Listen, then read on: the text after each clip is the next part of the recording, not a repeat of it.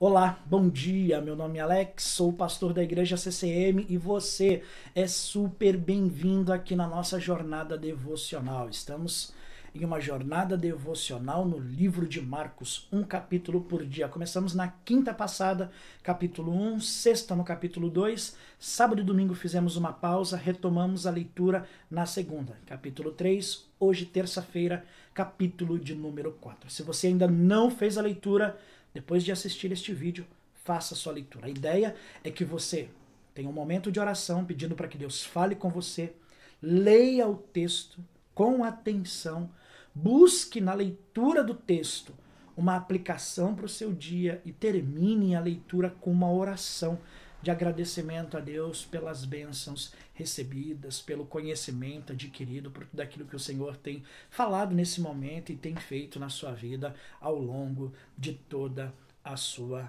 história. Beleza?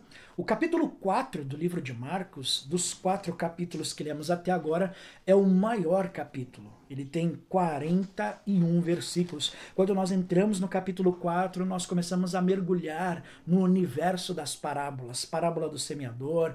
Tem um momento em que Jesus explica essa parábola para os seus discípulos, depois ele conta a parábola da candeia, a parábola da semente, a parábola do grão de mostarda, e o capítulo termina com Jesus acalmando uma tempestade. Eu quero me ater aos últimos versículos, do 35 ao 41, momento em que Jesus acalma a tempestade. Mas antes disso, eu quero só pontuar algo a respeito das parábolas. Às vezes nós olhamos para as parábolas e nós achamos que as parábolas são muito fáceis de serem compreendidas. Porque no nosso imaginário nós alimentamos de forma muito ilusória a ideia de que Jesus falava por parábolas para explicar, para tornar claro para todos os seus ouvintes aquilo que ele queria ensinar. Mas uma leitura atenta do capítulo 4 de Marcos fará com que você perceba que Jesus falava através de parábolas não com o propósito de esclarecer o ensino.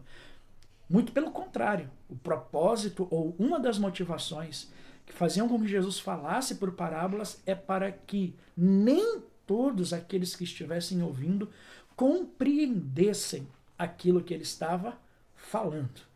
Então, as parábolas, elas são um universo muito vasto no Novo Testamento, nos evangelhos, nas narrativas que são feitas a respeito de Jesus. Nós precisamos tomar muito cuidado quando estivermos lendo uma parábola, principalmente quando estivermos interpretando uma parábola e fazendo aplicações para o nosso dia a partir das parábolas. Se você gosta de futebol, você vai compreender essa ilustração, que eu acho boa, talvez seja péssima, mas é a que me vem à mente, como se você olhasse para o camisa 10 de um time, aquele jogador mais habilidoso, e a parábola funciona como se ele olhasse para um lado e tocasse para o outro.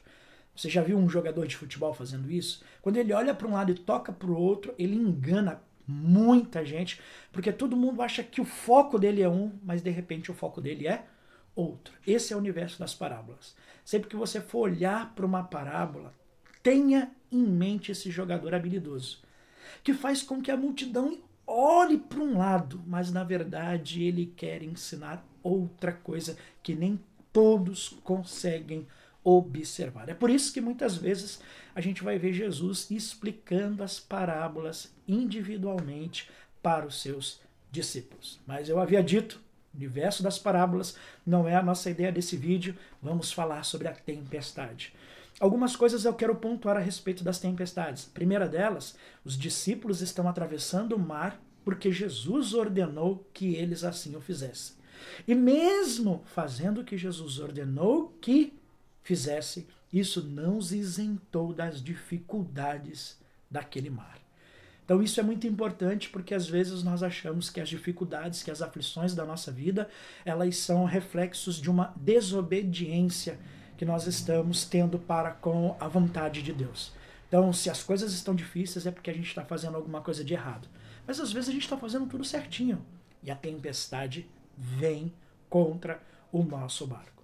Os discípulos estão no meio do mar, a tempestade, estão ali com seus baldinhos jogando água para fora, tentando salvar a si mesmo, e Jesus está dormindo. Quando eles percebem que eles não vão conseguir salvar a si mesmo, eles vão atrás de Jesus, acordam Jesus. Jesus se levanta, desperta do sono e ele repreende aquela tempestade. Ele ordena que o mar e o vento se aquietem e pasmem. É exatamente o que acontece. Os discípulos, ao olharem para tudo aquilo que está acontecendo, eles ficam tomados de temor, amedrontados, espantados. E por que eles estão tão espantados? Porque no contexto da cultura judaica, existia só uma pessoa que poderia exercer controle e domínio sobre as forças da natureza. Quem é essa pessoa? Deus. Quando Jesus ordena que o vento e o mar se aquietem, exercendo domínio e autoridade sobre as forças da natureza, os discípulos começam a perceber que eles não estão diante de um homem qualquer. Eles não estão diante de um cara legal, com bons conselhos, com bons gestos de generosidade. Eles estão diante do Filho unigênito de Deus. Eles estão diante do Messias. E eles fazem a pergunta que é a chave, a pergunta que todos nós devemos fazer. Quem é este que até o vento e o mar lhe obedecem? Quem é este?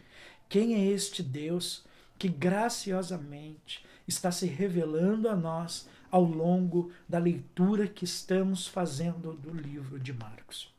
Quem é esse Deus? Que em cada história, que em cada milagre, que cada narrativa feita pelos evangelistas, principalmente aqui Marcos, que é o evangelista que nós estamos lendo, quem é este que expulsa demônios? Quem é este que cura enfermos? Quem é este que fala, sabe, com uma autoridade nunca vista antes? Quem é este que até o vento e o mar lhe obedecem? Este é Jesus. Este é Jesus. Imagine se a nossa vida fosse como aquele barquinho, enfrentando a mais terrível tempestade. Quando Jesus está no barco, nós podemos descansar confiantes que chegaremos do outro lado. Porque Ele tem todo o poder nas suas mãos. Deus abençoe a sua família. Que Deus abençoe a sua leitura, essa jornada no livro de Marcos. Amanhã nos encontramos novamente. Marcos capítulo 5. Um grande abraço.